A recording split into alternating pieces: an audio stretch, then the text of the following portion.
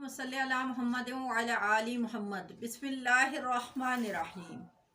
ناظرین، اللہ تبارک و تعالیٰ نے جب حضرت سیدنا آدم علیہ السلام کو زمین پر اتارا اور ان کی توبہ قبول کرنے کے بعد جب انہیں نعمان پہاڑ پر بلایا، علیہ السلام کو اللہ تبارک و تعالیٰ نے نعمان پہاڑ کے اوپر کھڑا کیا اور اپنے بے مثل ہاتھ حضرت سیدنا آدم علیہ السلام کی پشت پر پھیرے۔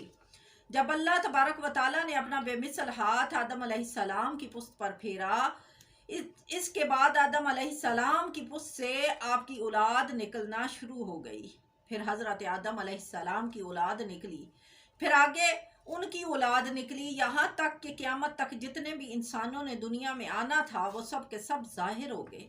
اور آپ کی اولاد میں نبی بھی تھے، تعابی بھی تھے، تبا تعابی بھی تھے، غوث بھی تھے، ابدال بھی تھے، اولیاء بھی تھے، متقی اور پرہیزگار مومن بھی تھے اور مشرک بھی تھے، مسلمان اور کافر سبھی اس میں شامل تھے، اپنے اور پرائے، یہاں تک کہ آپ اور میں سب ان کی پست سے نکلے۔ اور انسانوں کا وجود اتنا باریک تھا جیسے کہ چیونٹی ہوتی ہے، اور چیونٹیوں کی طرح یہ روحیں اللہ تبارک و تعالیٰ کی بارگاہ عالیہ میں حاضر تھیں۔ انبیاء کرام علیہ السلام کی روحیں ایسے چمکارے مار رہی تھیں جیسے کہ 14ویں کا چاند چمکارے مارتا ہے، اور مسلمانوں کی روحیں ایسی سفید تھیں جیسے سفید دودھ ہوتا ہے، اور کفار کی روحیں کالی تھیں جیسے کہ سیاہ رنگ کا کپڑا ہوتا ہے یا کالی رات۔ حضرات محترم، آپ خود سوچیں یہ کتنا بڑا اجتماع ہوگا جو اللہ تبارک و تعالیٰ نے اس کانفرنس میں بلوایا، جس میں اللہ تبارک و تعالیٰ نے حضرت آدم علیہ السلام کی اولاد پر اپنی تجلی ڈالی۔ اور پھر اللہ تبارک و تعالیٰ نے فرمایا، پارہ 9 سورۃ اعراف، وَإِذْ أَخَذَ رَبُّكَ مِنْ بَنِي آدَمَ مِنْ ظُهُورِهِمْ ذُرِّيَّتَهُمْ وَأَشْهَدَهُمْ عَلَىٰ أَنفُسِهِمْ۔ اور اے میرے محبوب صلی اللہ تعالیٰ علیہ وآلہ وسلم وہ وقت یاد کرو جب نکالا آپ کے رب نے آدم کی پست سے ان کی نسل کو اور گواہ بنایا خود ان کو ان کے نفسوں پر۔ ناظرین و سامعین کرام، اس آیت کریمہ سے معلوم ہوا کہ نبی کریم صلی اللہ تعالیٰ علیہ وآلہ وسلم اس کاروائی میں سب کچھ سن رہے تھے۔ سبحان اللہ۔ پھر اللہ تبارک و تعالیٰ نے اولاد آدم کو فرمایا، قرآن پاک سنیے، مرکوزہ بالا آیات کا اگلا حصہ اللہ تبارک و تعالیٰ کیا فرماتے ہیں؟ فرمایا، الست بربک، آدم سے مخاطب ہوئے اور فرمایا، کیا میں تمہارا رب نہیں ہوں؟ بولو، کیا میں تمہارا خالق نہیں، تمہارا پروردگار نہیں، تمہارا پالن ہار نہیں؟ تو آدم علیہ السلام کی تمام اولاد خدائے ذوالجلال کی یہ بات سن کر خاموش ہو گئی، کسی نے جواب نہ دیا۔ تو پھر کیا ہوا؟ حضرت علامہ جلال الدین سیوطی رحمۃ اللہ علیہ اپنی شہرہ آفاق کتاب خصائص الکبریٰ جلد 11 میں یوں فرماتے ہیں، کان محمد صلی اللہ علیہ وسلم اول من قال بلا۔ تو سب سے پہلے اللہ تبارک و تعالیٰ کی وحدانیت کا اقرار کرنے والے اور بلا کہنے والے ہمارے سب کے آقا حضرت محمد صلی اللہ تعالیٰ علیہ وآلہ وسلم تھے۔ اور پھر ان کے ساتھ مخلوق خدا نے بھی یہی کہا، اور قالوا بلا شاہدنا، سب نے کہا کہ بے شک تو ہی ہمارا رب ہے، ہم نے گواہی دی۔ حضرات محترم، معلوم ہوا کہ سب سے پہلے اللہ تبارک و تعالیٰ کی ربوبیت کا اقرار میرے کملی والے حضرت محمد رسول اللہ صلی اللہ تعالیٰ علیہ وآلہ وسلم نے کیا، اور حضور صلی اللہ تعالیٰ علیہ وآلہ وسلم کو سن کر تمام مخلوق نے اللہ تبارک و تعالیٰ کو وحدہ لا شریک جانا، مانا اور پہچانا۔ مفسرین کرام فرماتے ہیں کہ جب اللہ تبارک و تعالیٰ نے اولاد آدم سے اپنی وحدانیت کا اقرار لینا چاہا تو ان میں تمام فرشتوں کو بھی شامل کر لیا، اور تمام فرشتے بھی اس اجلاس میں موجود تھے۔ جب نے فرمایا کہ میں تمہارا رب نہیں ہوں، تو جبرائیل، میکائیل، اسرافیل اور اسرائیل بھی جواب نہ دے سکے۔ جب ہمارے نبی کریم صلی اللہ تعالیٰ علیہ وآلہ وسلم نے بلا فرمایا تو فرشتوں نے بھی حضور علیہ السلام سے سن کر بلا کہا۔ سبحان اللہ۔